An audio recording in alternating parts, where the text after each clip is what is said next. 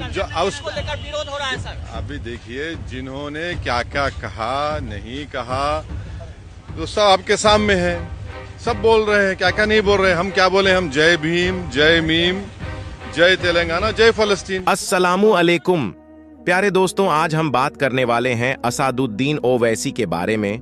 उनको कौन नहीं जानता। वो भारतीय राजनीतिक हैं। वे ऑल इंडिया मजलिस इत्तेहादुल मुस्लिमीन यानी कि AIMI के राष्ट्रीय अध्यक्ष हैं। ओवैसी साहब इन दिनों काफी चर्चा में हैं कि उन्होंने सांसद में शपथ लेते वक्त जय फिलिस्तीन और अल्लाहू अकबर का नारा लगाया। उसके बाद में उनके साथ में जो होना शुरू हुआ और फिर अल्लाह ताला का ऐसा करिश्मा हुआ कि यह सब जान करके आप हैरान रह जाएंगे। यह बात तो आप जानते ही हैं कि ओवैसी साहब कौन हैं। मेरे प्यारे दोस्तों, ऐसा करने के लिए काफी हिम्मत की जरूरत होती है। तो पूरा मामला क्या है, आइए आपको तफसील से बताते हैं दोस्तों। आज जो सच्चा मुसलमान होगा, जिसके दिल में मुसलमानों के लिए हमदर्दी होगी, वही इस वीडियो को पूरा आखिरी तक देखेगा और ओवैसी साहब से मोहब्बत करने वाले इस वीडियो को एक लाइक जरूर करेंगे। मेरे प्यारे दोस्तों, जब कहीं पर भी कुछ भी मुसलमानों के खिलाफ होता है तो सिर्फ एक ही नाम सामने उभर करके आता है, वह है असदुद्दीन ओवैसी। असदुद्दीन ओवैसी, जी हां दोस्तों, असदुद्दीन ओवैसी साहब वो हस्ती हैं जो मुसलमानों की आवाज को बुलंद करते हैं, मुसलमानों के साथ खड़े होते हैं। दोस्तों, असदुद्दीन ओवैसी साहब ने हैदराबाद से BA तक की पढ़ाई की है और उसके बाद से लंदन चले गए। वहां पर उन्होंने bachelor of law barrister 8 law की पढ़ाई की। असदुद्दीन ओवैसी साहब सिर्फ राजनेता नहीं बल्कि वह वकील भी हैं।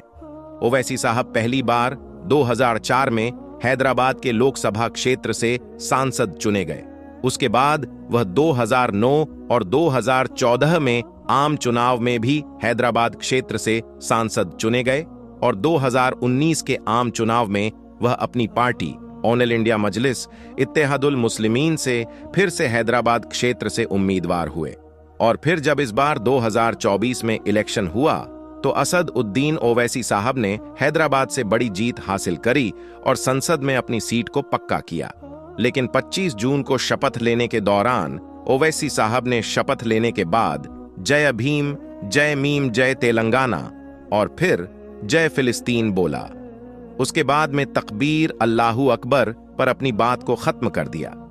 लेकिन जैसे ही ओवैसी साहब ने जय फिलिस्तीन बोला तो सांसद में हंगामा हो गया।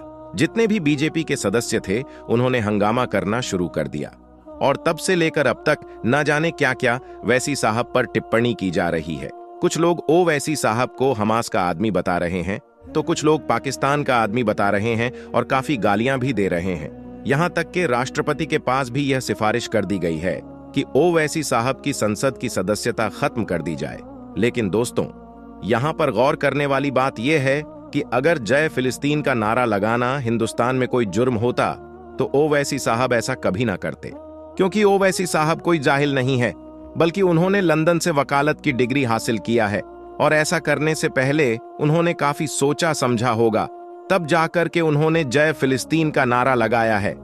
अगर यह हमारे संविधान के खिलाफ होता या हमारे कानून के खिलाफ होता तो ऐसी बात, ऐसी हरकत ओवैसी साहब कभी ना करते, क्योंकि वह संविधान और कानून को पालन करने वाले शख्स हैं। लेकिन उनके खिलाफ मीडिया पर और सोशल मीडिया पर काफी बातें चलाई जा रही हैं। उनके सदस्यता को रद्द करने की बात की जा रही है, यहां तक कि उनको जेल में डालने या उनको कड़ी से कड़ी सजा देने की बात की जा रही है। तो दोस्तों, मेरे हिसाब से ऐसा कुछ नहीं होने वाला है, क्योंकि ओवैसी साहब एक पढ़े लिखे इंसान हैं और उन्होंने जो भी किया है संविधान और कानून को मध्य नजर रखते हुए ऐसा किया होगा। ओवैसी साहब को लेकर के वैसे भी बहुत सी बातें चलाई जाती हैं। हमारे कुछ मुसलमान भाई ही हैं, उन्हें भाजपा का दलाल कहते हैं, उन्हें बीजेपी से पैसे खाए हुआ बोलते हैं। इन सब बातों के बावजूद भी ओवैसी साहब पीछे नहीं हटे।